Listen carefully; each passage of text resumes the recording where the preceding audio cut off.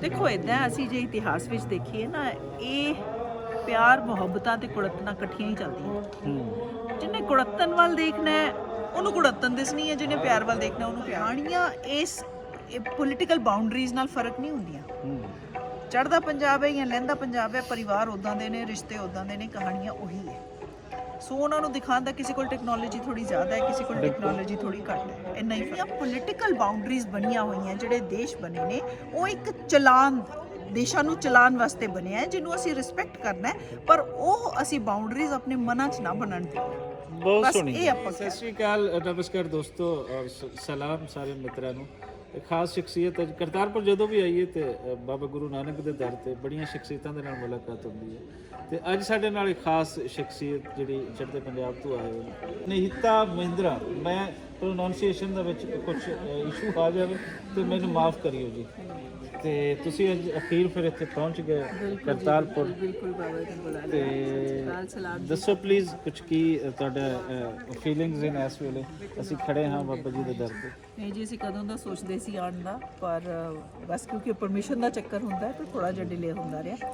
ਪਰ ਜਦੋਂ ਬਾਬਾ ਜੀ ਨੇ ਬੁਲਾਇਆ, ਹੁਣ ਅੱਜ ਫਾਈਨਲੀ ਫਿਰ ਆ ਗਏ ਅਸੀਂ। ਕਾਫੀ ਸਾਥੀ ਆਏ ਨੇ, ਬਲਕਿ ਜਦੋਂ ਆ ਰਹੇ ਸੀ ਤਾਂ ਹੋਰ ਬੜੇ ਸਾਥੀ ਆਉਣਾ ਚਾਹੁੰਦੇ ਸੀ, but they didn't have that permission. ਇਸ पर बहुत अच्छा लग रहा है। बहुत ही सोहना गुरुद्वारा है, बहुत ही प्यारा माहौल है, और पाकिस्तान से ਅਸੀਂ ਜਿੰਨੀ ਵਾਰੀ ਵੀ ਆਈਏ ਬਹੁਤ ਪਿਆਰ ਮਿਲਦਾ ਹੈ ਜੀ। ਕਾਫੀ ਵਾਰੀ ਆਉਣ ਦਾ ਮੌਕਾ ਮਿਲਿਆ। ਅੱਛਾ, ਫਿਲਮ ਇੰਡਸਟਰੀ ਤੋਂ ਰਿਲੇਟਡ ਜਾਂ ਫਨ ਦੇ ਨਾਲ ਜੁੜੇ ਹੋਏ ਲੋਕ ਉਹ ਪੀਸ ਵਾਸਤੇ ਬਹੁਤ ਬਿਹਤਰ ਹਮੇਸ਼ਾ ਤੋਂ ਕੰਮ ਕਰਦੇ ਰਹਿਣ, ਕਿਉਂਕਿ ਫਨ ਹੈ ਹੀ ਅਮਨ ਦਾ ਦੂਜਾ ਨਾਮ, ਪੀਸ ਦਾ ਦੂਜਾ ਨਾਮ ਹੈ। ਤੇ ਤੁਹਾਡੇ ਰਾਹੀਂ ਅਗਰ ਅਸੀਂ ਕਹੀਏ ਕਿ ਜਿਹੜੀ ਸਾਡੀ ਫਿਲਮ ਬਣਨਾ ਸ਼ੁਰੂ ਹੋਈ ਹੈ ਦੋਨੋਂ ਪੰਜਾਬਾਂ ਦਾ ਕਰਕੇ, ਇਸ ਨੂੰ ਕਿ ਕਿਵੇਂ ਅਸੀਂ ਵਧਾ ਪਾਈਏ, ਔਰ ਉਹਦੇ ਅੰਦਰ ਕਿਹੜੇ ਕਿਹੜੇ ਸਾਡੇ ਕੁਝ ਐਸੇ ਟਾਪਿਕਸ ਹੋਣ ਜਿਹੜੇ ਅਸੀਂ ਪੰਜਾਬ ਨੂੰ ਜਿਸ ਦੇ ਵਿੱਚ ਅਸੀਂ ਲੈ ਕੇ ਆਈਏ, ਇਨਸਾਨੀਅਤ ਨੂੰ ਲੈ ਕੇ ਆਈਏ, ਤਾਂ ਕਿ ਜਿਹੜੀ ਥੋੜੀ ਜਿਹੀ ਕੁੜੱਤਣ ਆਮ ਇੱਕ ਪਬਲਿਕ ਦੇ ਅੰਦਰ ਆਈ ਸੀ, ਬਣਾਈ ਗਈ ਸੀ, ਉਹ ਅਸੀਂ ਮੁਕਾ ਸਕੀਏ। ਦੇਖੋ ਇੱਦਾਂ ਅਸੀਂ ਜੇ ਇਤਿਹਾਸ ਵਿੱਚ ਦੇਖੀਏ ਨਾ, ਇਹ ਪਿਆਰ ਮੁਹੱਬਤਾਂ ਤੇ ਕੁੜੱਤਨਾਂ ਇਕੱਠੀਆਂ ਹੀ ਚੱਲਦੀਆਂ। ਜਿਹਨੇ ਕੁੜੱਤਨ ਵੱਲ ਦੇਖਣਾ ਹੈ ਉਹਨੂੰ ਕੁੜੱਤਨ ਦਿਸਣੀ ਹੈ, ਜਿਹਨੇ ਪਿਆਰ ਵੱਲ ਦੇਖਣਾ ਉਹਨੂੰ ਪਿਆਰ। ਕਲਾ ਤੁਹਾਨੂੰ ਜਿਸ ਤਰ੍ਹਾਂ ਤੁਸੀਂ ਕਿਹਾ ਹੀ ਹੈ ਕਿ ਉਹ ਇੱਕ ਅਲੱਗ ਸ਼ੋਭਾ ਹੈ, ਉਹਦੇ ਵਿੱਚ ਤੁਸੀਂ ਆਪਣੀ ਗੱਲਬਾਤ, ਕਹਾਣੀਆਂ, ਜੇ ਹੁਣ ਫਿਲਮਾਂ ਦੀ ਗੱਲ ਕਰੀਏ ਤਾਂ ਫਿਲਮਾਂ 'ਚ ਉਹੀ ਬਣਨਾ ਜੋ ਸਾਡੀ ਜ਼ਿੰਦਗੀ 'ਚ ਆਮ ਹੋ ਰਿਹਾ, ਜੋ ਅਸੀਂ ਦੇਖ ਰਹੇ ਹਾਂ। ਸੋ ਉਹੋ ਜਿਹੀਆਂ ਬਣ ਵੀ ਰਹੀਆਂ ਨੇ ਸਾਡੇ ਤਾਂ, ਮਤਲਬ ਹੁਣ ਵੀ ਆਉਂਦੇ ਹੋਏ ਅਸੀਂ ਗੱਲ ਕਰ ਰਹੇ ਸੀਗੇ ਪਾਕਿਸਤਾਨ ਦੇ ਡਰਾਮਿਆਂ ਤੋਂ, ਤਾਂ ਅਸੀਂ ਬਚਪਨ ਤੋਂ ਐਸੇ ਐਡਿਕਟਡ ਹੈ ਕਿ ਐਡੇ ਕਹਾਣੀਆਂ। ਇਸ ਪੋਲੀਟੀਕਲ ਬਾਉਂਡਰੀਜ਼ ਨਾਲ ਫਰਕ ਨਹੀਂ ਹੁੰਦੀਆਂ।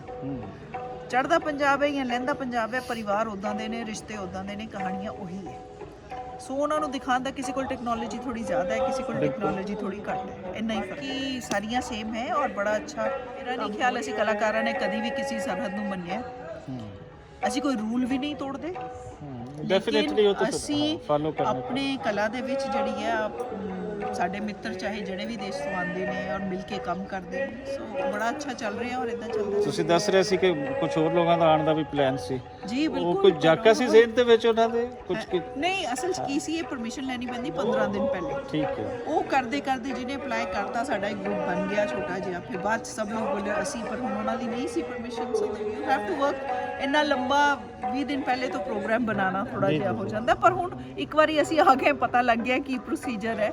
ਸੋ ਮੇਰਾ ਖਿਆਲ ਹੈ ਹੁਣ ਜਿੰਨੀ ਵਾਰੀ ਵੀ ਪੰਜਾਬ ਆਵਾਂਗੇ ਤਾਂ ਜ਼ਰੂਰ ਇੱਥੇ ਅਸੀਂ ਚਾਹਾਂਗੇ ਜੀ ਤੁਸੀਂ ਬਾਕੀ ਲੋਕਾਂ ਦੇ ਨਾਲੋਂ ਤੁਹਾਡਾ ਆਉਣਾ ਸਾਡੇ ਲਈ ਬੜੇ ਮਾਣ ਦੀ ਗੱਲ ਹੈ। ਸਾਡੇ ਲਈ ਕੀ, ਸਾਡੇ ਆਪਣੇ ਸਾਰਿਆਂ ਲਈ, ਤੁਹਾਡੇ ਲਈ ਵੀ ਇਹ ਮਾਣ ਤੁਹਾਨੂੰ ਵੀ ਮਿਲਿਆ, ਤੁਸੀਂ ਇੱਥੇ ਆਏ। ਤੇ ਅਸੀਂ ਚਾਹਾਂਗੇ ਕਿ ਵੱਡਾ ਗਰੁੱਪ ਇੱਕ ਆਵੇ, ਤੇ ਪਾਕਿਸਤਾਨੀ ਸਾਈਡ ਤੋਂ ਵੀ ਲੋਕਾਂ ਨੂੰ ਅਸੀਂ ਲੈ ਕੇ ਆਈਏ, ਤਾਂ ਜੇ ਇੱਕ ਮੈਸੇਜ ਜਾਏ, ਬਹੁਤ ਅੱਛਾ ਮੈਸੇਜ ਜਿਹੜਾ ਜੇ ਅਸੀਂ ਚਾਹੁੰਦੇ ਹਾਂ। ਖਾਸ ਸੁਨੇਹਾ ਜਿਹੜਾ ਕਿ ਤੁਸੀਂ ਦੇਣਾ ਚਾਹੋ ਇਸ ਥਾਂ ਤੇ ਖੜੇ ਹੋਏ ਜਿੱਥੇ ਬਾਬਾ ਗੁਰੂ ਨਾਨਕ ਨੇ ਆਪਣੀ ਹਯਾਤੀ ਦੇ 18 ਸਾਲ ਗੁਜ਼ਾਰੇ ਨੇ, ਤੇ ਕੀ ਲੋਕਾਂ ਨੂੰ ਕਹਿਣਾ ਚਾਹੋਗੇ ਕਿ ਕਿਵੇਂ ਜਿਹੜੇ ਆਪਸੀ, ਜਿਵੇਂ ਪਹਿਲੇ ਵੀ ਮੈਂ ਗੱਲ ਕਰ ਰਹੀ ਸੀ ਕਿ ਥੋੜਾ ਜਿਹਾ ਉਹ ਨੈਗੇਟਿਵਿਟੀ ਉਹਨਾਂ ਲਾਈਨਸ ਵੱਲ ਚਲੇ ਜਾਂਦੇ ਨੇ, ਤੇ ਇਹ ਥਾਂ ਸਾਨੂੰ ਕਿਵੇਂ ਪੋਜ਼ਿਟਿਵ ਕਰ ਸਕਦੀ ਹੈ? ਦੇਖੋ ਜੀ, ਅਸੀਂ ਆਏ ਹਾਂ ਇੱਥੇ ਆਂਦੇ ਹੀ ਜਿਹੜਾ ਸ਼ਬਦ ਲਿਆ ਇਹਨਾਂ ਨੇ, ਗੁਰੂ ਸਾਹਿਬ ਭਰੋਸੇ ਤੇਰੇ ਸਭ ਪਰਿਵਾਰ ਲਗਾਇਆ ਬੇੜੇ, ਇਹ ਕਬੀਰ ਸਾਹਿਬ ਦਾ ਲਿਖਿਆ ਹੋਇਆ। ਕਬੀਰ ਸਾਹਿਬ ਜਿਹੜੇ ਟਾਈਮ 'ਚ ਰਹੇ ਨੇ, ਉਸ ਵੇਲੇ ਕਿੰਨੇ ਮੁਸ਼ਕਿਲਾਤ ਸੀ, ਅੱਜ ਨਾਲੋਂ ਮੇਰਾ ਖਿਆਲ ਹੈ 100 ਗੁਣਾ ਜ਼ਿਆਦਾ ਮੁਸ਼ਕਿਲਾਤਾਂ ਸੀ। ਰਾਜਾ ਲੋਕ ਸੀ, ਕਿੱਦਾਂ ਚੱਲਦਾ ਸੀ, ਉਦੋਂ ਵੀ ਧਰਮਾਂ ਦੀਆਂ ਇੱਦਾਂ ਦੀਆਂ ਵੰਡਾਂ ਪਾਉਣ ਵਾਲੇ ਪਾਉਂਦੇ ਸੀ। ਬਿਲਕੁਲ। ਪਰ ਉਹਨਾਂ ਨੇ ਕਿੱਦਾਂ ਗੱਲ ਜਿਹੜੀ ਕੀਤੀ ਉਸ ਬਾਣੀ ਦੇ ਵਿੱਚ, ਉਹਦੇ ਬਾਣੀ 'ਚ ਕਦੀ ਉਹਨਾਂ ਨੇ ਕੋਈ ਵੰਡ ਦੀ ਨਹੀਂ ਗੱਲ ਹੈ, ਕਿਉਂਕਿ ਪਰਮਾਤਮਾ ਇੱਕ ਹੈ। ਉਹਨੂੰ ਰੱਬ ਕਹਿ ਲਓ, ਰਹੀਮ ਕਹਿ ਲਓ, ਅੱਲਾ ਕਹਿ ਲਓ, ਕੁਝ ਨਾ ਦੇ ਦਿਓ ਤੁਸੀਂ, ਉਹ ਇੱਕ ਇਹ ਸਾਰੇ ਬਾਣੀਆਂ ਹੀ ਅੱਜ ਇੱਥੇ ਗੁਰੂ ਸਾਹਿਬ ਦੇ ਸਥਾਨ ਤੇ ਖੜੇ ਹੋ ਕੇ, ਇੱਕ ਤਾਂ ਸਭ ਤੋਂ ਵੱਡੀ ਗੱਲ ਗੁਰੂ ਸਾਹਿਬ ਨੇ ਅਖੀਰੀ ਮੌਕੇ ਤੇ ਕਿਰਤ ਕੀਤੀ ਜੀ।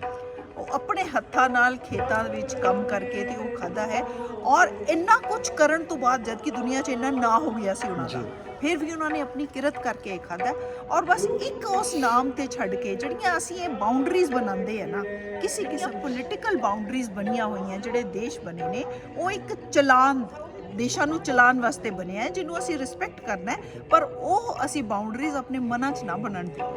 ਬਹੁਤ ਸੋਹਣੀ। ਭਗਤ ਕਬੀਰ ਨੂੰ ਤੁਸੀਂ ਯਾਦ ਕੀਤਾ ਤਾਂ ਭਗਤ ਕਬੀਰ ਦੀਆਂ ਲਾਈਨਸ ਹਨ ਕਿ ਅਵਲ ਅੱਲਾ ਨੂਰ ਉਪਾਇਆ ਕੁਦਰਤ ਕੇ ਸਭ ਬੰਦੇ, ਏਕ ਨੂਰ ਥੀ ਸਭ ਜਗ ਉਪਜਿਆ ਕੌਣ ਭਲੇ ਕੋ ਮੰਦੇ। ਸੋ ਇਨਸਾਨ ਹੋਣਾ ਮੰਗਦਾ ਹੈ ਔਰ ਇਹੀ ਇਹ ਦਰਦ ਸਾਨੂੰ ਸਿਖਾਉਂਦਾ ਹੈ।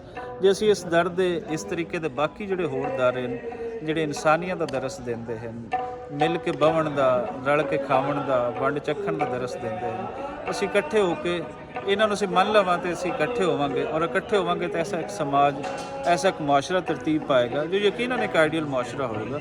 ਔਰ ਪੰਜਾਬ ਦੇ ਅੰਦਰੋਂ ਇਹ ਸਾਰਾ ਕੁਝ ਨਿਕਲ ਸਕਦਾ ਹੈ। ਇਹ ਭਗਤ ਕਬੀਰ, ਬਾਬਾ ਨਾਨਕ, ਬਾਬਾ ਬੁੱਲਾ, ਇਹ ਸਾਰੇ ਇਹੀ ਚਾਹੁੰਦੇ ਹਨ। ਔਰ ਅੱਜ ਦਾ ਮੈਸੇਜ ਵੀ ਕੋ ਮਿਲਦਾ ਜੁਲਦਾ ਹੀ ਇਹਨਾਂ ਰਾਹੀਂ ਤੁਹਾਨੂੰ ਮਿਲਿਆ। ਔਰ ਅਸੀਂ ਚਾਹਾਂਗੇ ਕਿ ਇਹ ਮੈਸੇਜ ਤੁਸੀਂ ਦਿਲਾਂ ਦੇ ਵਿੱਚ ਵਸਾਓ ਔਰ ਆਪਣੇ ਜਿਹੜੇ ਨੇੜੇ ਦੇ ਲੋਕ ਇਹਨਾਂ ਨੂੰ ਹੋਰ ਮਿਲੇ।